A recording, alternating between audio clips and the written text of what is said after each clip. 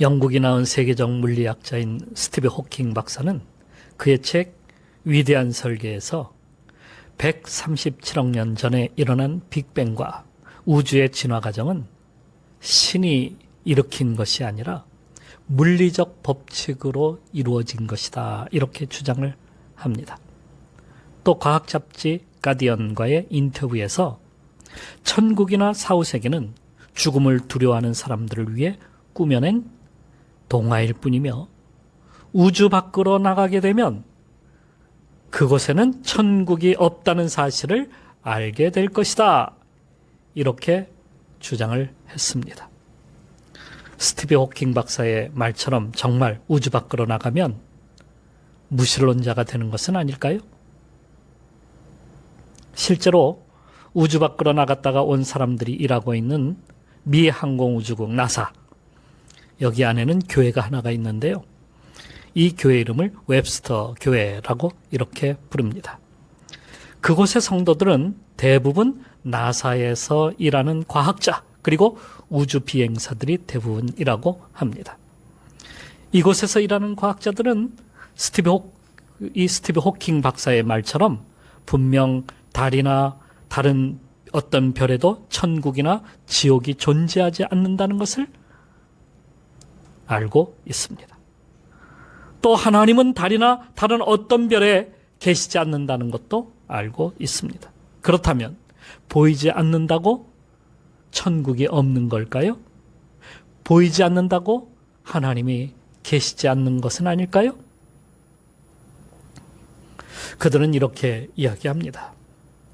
우리는 우주에 다녀온 후에 신앙이 약해진 사람을 본 적이 없습니다.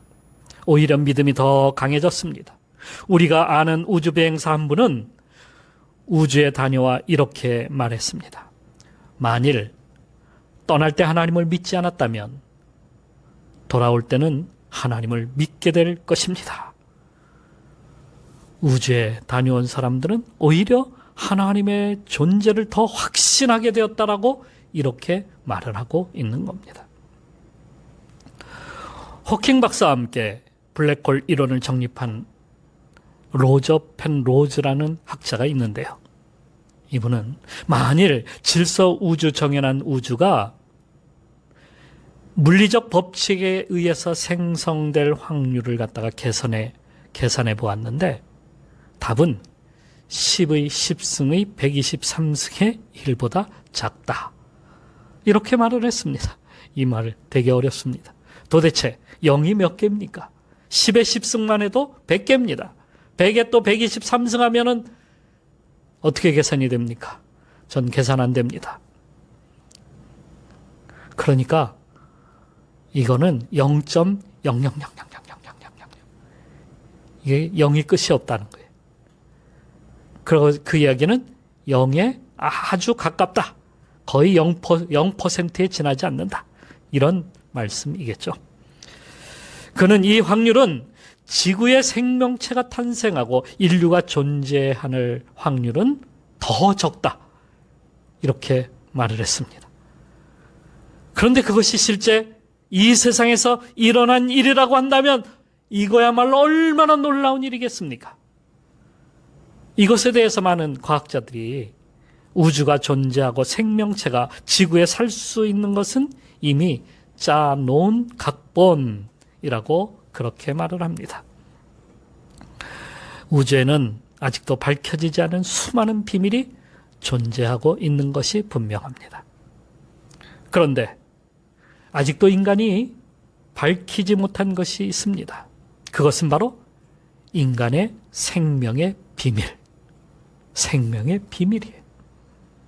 생명의 근원은 우주와 같아서 어디서 오는지, 어떻게 그것이 생기는지 그 비밀을 알 수가 없어요. 비밀에 쌓여 있는 겁니다. 왜요? 그것은 하나님의 영역이기 때문입니다. 만일에 혹시라도 인간이 육체의 그 생명의 근원을 밝힌다 할지라도 영원히 찾지 못하는 것이 분명히 있는데 그것은 하나님 안에 감추어 있는 영원한 생명입니다. 로마서에서는 하나님께서 자신을 알 수 있도록 모든 자연 만물 속에 나타내셨다, 이렇게 말씀합니다. 창세로부터 그의 보이지 아니하는 것들, 곧 그의 영원하신 능력과 신성이 그가 만드신 만물에 분명히 보여 알려졌나니. 로마서 1장 20절 말씀입니다. 하나님은 이미 자신을 모든 피조물을 통해서 나타내셨음에도 불구하고 인간들은 인간됨의 삶을 포기하고 육체로만 사는 인간으로 전락하고 마는 것입니다. 인간이 인간됨을 포기하는 것은 바로 하나님이 계시지 않는다는 것을 선포하는 것과 같습니다. 인간은 하나님의 작품이기 때문입니다. 그러나 인간됨을 포기하는 순간 인간은 짐승과 다를 바가 없게 됩니다. 14세기 이후의 유럽은 정말 난장판이었습니다. 서로에 대한 증오와 미움으로 전쟁이 끊이지 않았고요. 온갖 질병이 유행을 했습니다. 그리고 타락을 했습니다. 그 중에서도 매독이 가장 극성이었어요. 이것이 몇 세기 동안 유럽을 갖다가 괴롭혔다고 합니다. 볼테르에 의하면은 이렇게 쓰고 있습니다. 그는 의기양양하게 이탈리아로 진격하면서 프랑스인은 경솔하게도 제노바, 나폴리 그리고 메독을 차지하였다. 그리고 나서 나폴리와 제노바를 갖다가 빼앗기고 쫓겨났다. 그러나 모든 것을 잃지는 않았다. 메독이 그들과 함께 하였다. 라고 이렇게 쓰고 있습니다. 여러분, 프랑스가 이탈리아로부터 쫓겨난 이후에 메독은 유럽 전역으로 퍼져나갔다고 합니다. 그래서 유럽을 갖다가 공포로 떨게 만들었습니다. 치료제도 없었습니다. 이렇게 죽어감에도 그들은 이 쾌락적인 삶을 갖다가 포기하려고 하지를 않았습니다. 계몽주의가 극성을 부리던 17세기 이후에 인간의 교만은 하늘을 찔렀는데요. 그들은 결국에 신은 죽었다라고 언도했습니다. 그리고 그들이 받아들인 것이 바로 진화론입니다. 그때부터 지금까지 원숭이가 사람 된 것을 본 적이 있습니까? 그 어떤 중간 단계의 진화를 갖다가 본 적이 있습니까? 그러한 것이 하나도 일어나지 않았음에도 불구하고 사람들은 아직도 굳게 무엇을 믿고 있어요? 진화론을 갖다가 추정하고 그것을 믿고 있는 거예요. 마치 종교처럼 말입니다. 왜 그럴까요? 진화론이 아니면 창조론을 갖다가 따라야 하는데, 그러려면 지금까지 누려온 모든 짐승의 쾌락을 갖다가 포기해야만 하기 때문입니다. 그래서 인간은 그 터무니없는 진화론을 갖다가 포기하지 않습니다. 그런 인간의 상태가 곧 어리석음입니다. 하나님을 인정하면 하나님의 말씀을 따라 살아야 합니다. 그래서 그들은 하나님이 없다고 선언하는 겁니다. 1절에서 부패했다는 말은 영적 생명력이 없다는 의미입니다. 망하다, 그르치다, 더럽히다, 이러한 것들로 번역이 됩니다. 마음에 이르기를 하나님이 없다고 말하는 그 마음이 부패한 것입니다. 마음이 부패하면 행실이 가증해집니다. 가증하다는 말은 협어스러움을 동반하는 말입니다. 그래서 동성애를 가증스럽다, 가증하다 이렇게 말을 합니다. 로마서 1장 29절에서 31절 말씀에서도 하나님을 부인하는 자들이 저지르는 악에 대하여 자세하게 그렇게 쓰고 있습니다. 여러분 한번 찾아볼까요? 로마서 1장 29절에서 31절 말씀입니다. 자, 제가 읽겠습니다. 곧 모든 불의, 추악, 탐욕, 악의가 가득한 자요, 시기, 살인, 분쟁, 사기, 악독이 가득한 자요, 수군수군하는 자요, 비방하는 자요, 하나님께서 미워하시는 자요, 능욕하는 자요, 교만한 자요, 자랑하는 자요, 악을 도모하는 자요, 부모를 거역하는 자요, 우매한 자요, 배약하는 자요, 무정한 자요, 무자비한 자라. 이 말씀이에요. 소련의 독재자였던 스탈린은 젊은 시절에는 신학을 공부하던 신학도였습니다. 그러다가 공산주의 사상에 매료가 되어서 신을 부정하고 공산주의자가 됩니다. 그가 한 일은 러시아에서 교회를 없애는 일이었습니다. 러시아에서 신을 몰아내는 일이었습니다. 수많은 교회를 불태웠고 또 쓸만한 교회가 있으면 전쟁 박물관으로 그리고 공장으로 사용했습니다.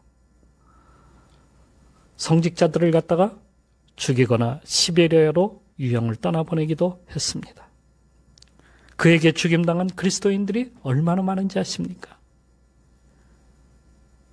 결국 2차 세계대전이 일어났을 때에 히틀러의 그 독일 군대가 모스크바로 진격해 오니까 두려움이 생겼습니다. 그렇게 많은 성직자와 교회를 불태운 그는 다시 성직자들과 교회를 갖다가 세워서 예배를 드리게 했습니다. 심판에 대한 두려움 때문이었을까요? 니체는 신은 죽었다라고 선언했지만 그는 얼마 있어서 미쳐버리고 말았습니다. 자신이 하나님이고 자신이 예수고 나폴레옹이자 볼테르라고 자신이 그렇게 말하고 다녔어요. 디오니소스라고도 합니다. 마그너라고도 그렇게 자기를 나타냈습니다. 결국 그는 기차에 태워져 정신병원으로 직행해버리고 말았습니다.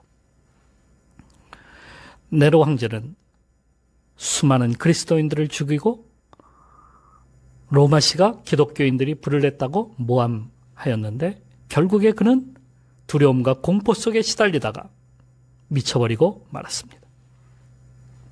그의 어머니도 살해했습니다. 주위에 있는 사람들이 얼마나 많이 죽어나갔는지 모릅니다. 그는 미치광이로 살다가 살해당하고 말았습니다. 사람들은 하나님이 없다고 그것을 합리화시키기 위해서 많은 그리스도인들을 죽이고 또 핍박하고 하지만은 오히려 그 내면에 하나님으로부터 오는 두려움과 갈등에 빠져서 헤어나오지 못함을 알 수가 있습니다. 본문에서 이렇게 쓰고 있습니다. 그들이 두려움이 없는 곳에서 크게 두려워하였으니 너를 대항하여 진친 그들의 뼈를 하나님이 흩으심이라. 하나님이 없다는 사람은 평안이 없습니다. 불안과 두려움만이 엄습할 뿐입니다. 깜깜함이 그에게 찾아오기 때문입니다. 그런데도 하나님이 없다고 한다면 이보다 더 어리석은 자가 어디 있습니까? 농담이라도 우리는 하나님이 어디 있느냐? 하나님 어디 계십니까? 하고 그렇게 그런 말을 함부로 입에 담아서는 안 되겠습니다. 우리는 어리석은 자가 되지 말아야 합니다. 에베소서 5장 17절 말씀에 이렇게 쓰고 있습니다. 어리석은 자가 되지 말고 오직 세월을 아껴 주의 뜻이 무엇인가 분별하도록 하라 하는 말씀입니다. 우리는 세월을 아껴야 됩니다. 주님의 뜻이 무엇인지도 깨닫고 어리석은 자가 되지 말아야 하겠습니다. 본문 4절의 말씀처럼 그리스도인들은 무신론자들로부터 무시당할 수가 있습니다. 모든 것을 갖다가 잃어버릴 수도 있습니다. 가난하게 될 수도 있습니다. 부끄러움을 당할 수도 있습니다. 핍박을 당할 수도 있습니다. 초대교회 때 얼마나 많은 성도들과 교회가 핍박을 당했습니까? 그런데도 그들은 하나같이 주님을 갖다가 부인하지 아니하고 순교의 피를 흘렸습니다. 하지만 이들 때문에 온 세상이 복음으로 가득 찬 겁니다. 지금도 수많은 사람들이 하나님을 믿고 예배하고 하나님을 예수 그리스도를 따라 살고 있습니다. 하나님은 그의 백성들을 다시 돌이키시고 회복시켜 나가고 계신다는 것을 알 수가 있습니다. 노아가 배를 만들 때에 사람들로부터 웃음거리가 되었습니다. 산에서 배를 만든다는 이 어리석음, 사람들은 얼마나 웃었을까요? 그럼에도 노아는 아랑곳하지 아니하고 배를 만들었습니다. 결국 배를 만들면서 조롱받은 이 노아는 결국에는 승리하였습니다. 하지만 하나님을 부인하고 없다고 하는 어리석은 자들은 돌이키려고 하지를 않습니다. 부자와 나사로에서 부자는 하나님을 무시하고 또 이웃도 나사로도 무시하였습니다. 그는 지옥에 떨어지고 말았습니다. 그때 알게 되었습니다. 그러나 소용없는 일입니다. 말씀을 믿지 않는다면 무신론자는 어떤 특별한 무엇인가를 갖다가 보여준다 할지라도 판단하지 못하고 듣지도 못합니다. 깨닫지 않습니다. 계속해서 그들은 부패하여서 악을 행하며 계속해서 하나님이 없다라고 주장하고 있습니다. 예수님께서 비유의 말씀을 마태복음에서 하셨는데 돼지와 진주에 대한 말씀이 있습니다. 돼지에게 진주를 던져주면 어떤 일이 벌어질까요? 그것을 아주 귀한 보석이다 이렇게 생각하고 귀하게 여길까요? 돼지는 먹을 것이 아니면 짓밟아 버리고 만다는 겁니다. 개에게 거룩한 것을 주게 되면 어떻게 되겠습니까? 개도 마찬가지죠. 짐승에게는 아무 소용이 없습니다. 세상에서 가장 어리석은 사람은 짐승처럼 살아가는 그러한 어리석은 사람들입니다. 그 사람들은 자기의 자랑과 자기의 지식과 욕심으로 살아가는 사람들입니다. 결국에 그들이 기다리는 것은 무서운 지옥불로 떨어지는 일밖에는 없습니다. 그럼에도 불구하고 그들은 계속해서 이 세상에서 살아가면서 어리석게도 하나님이 없다라고 이렇게 주장하고 있는 것입니다. 여러분, 우리는 이런 자들이 되지 맙시다. 이런 자들처럼 지옥에 떨어지는 어리석음 그러한 일을 버리지 맙시다. 모두가 하나님이 기뻐하시는 자녀로 천국을 차지하는 성도가 되시기를 축원합니다.